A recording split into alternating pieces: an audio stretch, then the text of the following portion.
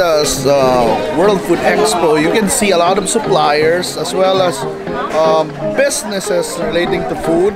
So there's a franchising business like Snack Stop, but there's also a supplier like Salmon, and of course some cookware.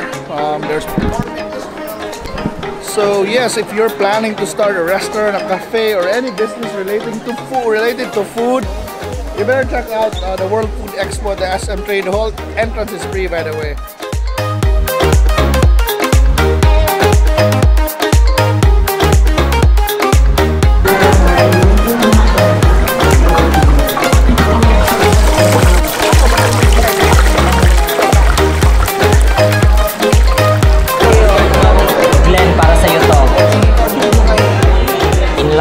We are not using dairy milk, we use coconut milk since coconut is more alkaline and it's good for health. And now in Manila, it's already available, but it's going to be available in Cebu very soon. Very soon. So remember, Veri is available very soon. Yep, very always in love. We're gonna try out their different flavors. Munggus nga ice cream laban. Okay, mais po di Angela. Kalami, isingkin ang kalami. Okay. Ako dito lang ilang durian.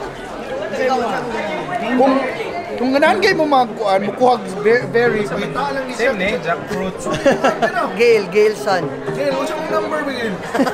Or email, what's your angcosinero@gmail.com. Ito lang, red bean. Angcosinero. angcosinero@gmail.com. angcosinero@gmail.com.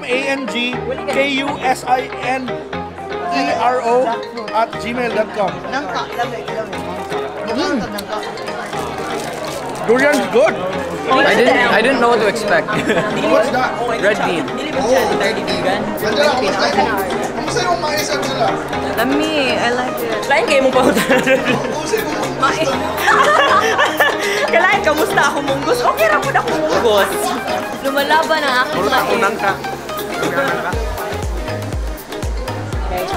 Kakaiba sa bangkol niyo.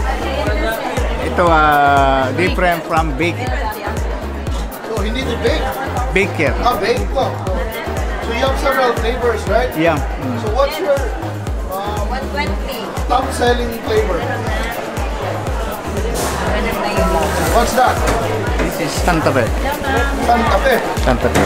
Kinawin ko, Joe? You try it. Ano si tawagan ni Flip? Santa Fe flavor. Santa Fe? Mexican. Santa Fe.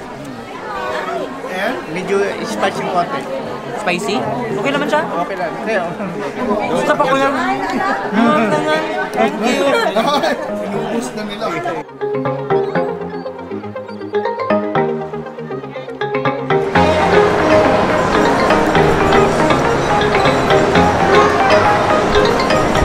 Fifth wheel ko.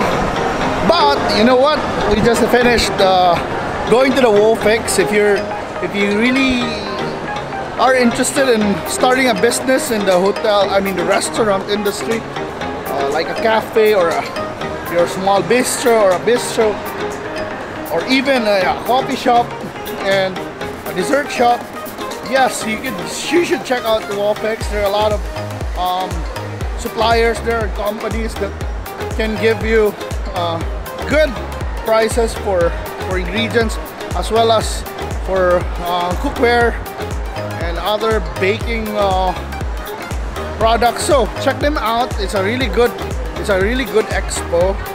And if you're in the hotel, and the next major events is August 1 to 4 is the World Food Expo in Manila, as well as the Hotel Summit and Expo Philippines at the SMX Convention Center.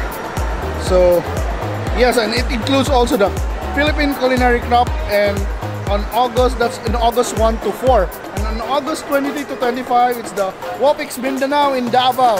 So guys, check it out. And this is Carlo Alana of Kalami, Cebu, signing out.